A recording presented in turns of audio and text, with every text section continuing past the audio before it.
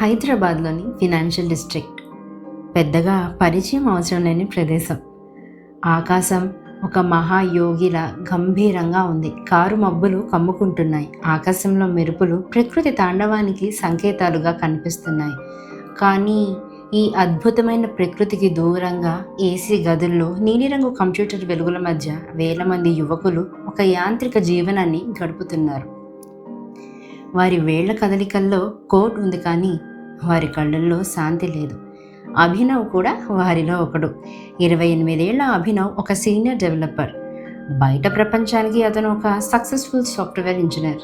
కానీ లోపల అతను తనను తాను కోల్పోయిన ఒక బాటసారి. తాను సబ్మిట్ చేయాల్సిన ప్రాజెక్ట్ డెడ్లైన్ దగ్గరికి వస్తోంది. మేనేజర్ల ఒత్తిడి, క్లయింట్ల డెడ్లైన్లు అభినవ్కు ఒక చక్రబంధంలో నెట్టేశాయి. సరిగ్గా అదే సమయంలో జోరున వర్షం మొదలైంది. వాన చినుకులు ఆఫీస్ గ్లాస్ విండోస్ని తాకుతుంటే అవి ఏదో చెప్పాలని ప్రయత్నిస్తున్నట్లు ఉన్నాయి. ఆ రాత్రి పని ముగించుకొని ఇంటికి బయలుదేరిన అభినవ్ వర్షం ధాటికి మధ్యలోనే ఒక చిన్న కేఫ్ దగ్గర ఆగిపోవాల్సి వచ్చింది. అతని మనసులో ఒకటే అలజడి. మొన్ననే ఊరికి వెళ్ళి స్నేహ అనే అమ్మాయిని పెళ్లి చూపులు చూసి వచ్చాడు. స్నేహ అతన్ని ఒక మాట అడిగింది. అభినవ్, నువ్వు ఈ పరుగులో నిన్ను నువ్వు చూసుకుంటున్నావా? నీ లోపల ఉన్న ప్రశాంతతను ఎప్పుడైనా గమనించావా అని. అప్పుడు అభినవ్ నవ్వేశాడు. కానీ ఇప్పుడు ఈ ఒంటరి వర్షంలో ఆ ప్రశ్న అతన్ని వెంటాడుతోంది. వానంటే అతనికి ఒక అడ్డంకిలా అనిపించేది. తడిస్తే అనారోగ్యం, ట్రాఫిక్ జామ్, లేట్ లాగిన్, ఇవే అతని ఆలోచనలు. అతని జీవితం అంతా జాగ్రత్త మధ్యనే గడిచిపోయింది. ఆ కేఫ్ ఓనర్ ఒక వృద్ధుడు. ఆయన ముఖంలో ఒక వింతైన ప్రశాంతత ఉంది. ఏమయ్యా బాబు, వానను చూసి ఎందుకు భయపడుతున్నావు? వానంటే కేవలం నీరు కాదు, అది ప్రకృతి ఇచ్చే ఒక సందేశం. మనం సిద్ధంగా లేకపోతే అది ప్రళయంలా కనిపిస్తుంది. అదే మనసు ప్రశాంతంగా ఉంటే అది ఒక వరప్రసాదంలా అనిపిస్తుంది అన్నాడు ఆ తాత. అభినవ్కు ఆ మాటలు అర్థం కాలేదు. తన డెడ్లైన్ ముందు ఈ వేదాంతం ఏంటని అసహనపడ్డాడు. అప్పుడే ఆ బీభత్సమైన వర్షంలో గాలి వేగాన్ని తట్టుకుంటూ ఒక సైకిల్ మీద నిఖిల్ అనే పిల్లాడు వచ్చాడు. వాడు అక్కడ డెలివరీ బాయ్గా పనిచేస్తున్నాడు. వాడు పూర్తిగా తడిసిపోయాడు, కానీ వాడి ముఖంలో అలసట లేదు సరికదా, ఒక తృప్తి ఉంది. వాడు లోపలికి వచ్చి తాతకు ఒక పార్సిల్ ఇచ్చి మళ్ళీ బయలుదేరుతున్నాడు. అభినవ్ ఆశ్చర్యపోయి, నిఖిల్, బయట వర్షం చాలా ఎక్కువగా ఉంది, కొద్దిసేపు ఆగి వెళ్ళొచ్చు కదా అన్నాడు.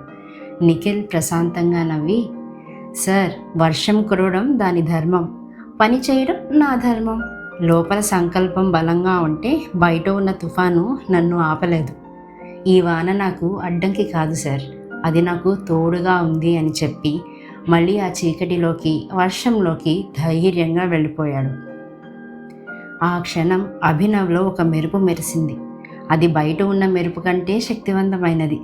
నిఖిల్ రూపంలో ఒక యోగి కనిపించాడు. తన భయం, తన ఒత్తిడి, తన డెడ్లైన్లు అన్నీ ఎంత చిన్నవో అతనికి అర్థమైంది. తాను పరిస్థితులకు బానిసగా మారాడే తప్ప తన ఆత్మను ఎప్పుడూ స్వతంత్రంగా ఉంచుకోలేదు. స్నేహ అడిగిన ప్రశ్నకి సమాధానం దొరికింది. ప్రశాంతత అనేది బయట పరిస్థితుల్లో ఉండదు, అది మన లోపలి సంకల్పంలో ఉంటుంది. అభినవ్ తన ల్యాప్టాప్ బ్యాగ్ని భుజానికి తగిలించుకున్నాడు. అంతవరకు శత్రువులా కనిపించిన వర్షం ఇప్పుడు స్నేహితుడిలా అనిపించింది. అతను ఆ కేఫ్ నుండి బయటికి అడుగుపెట్టాడు.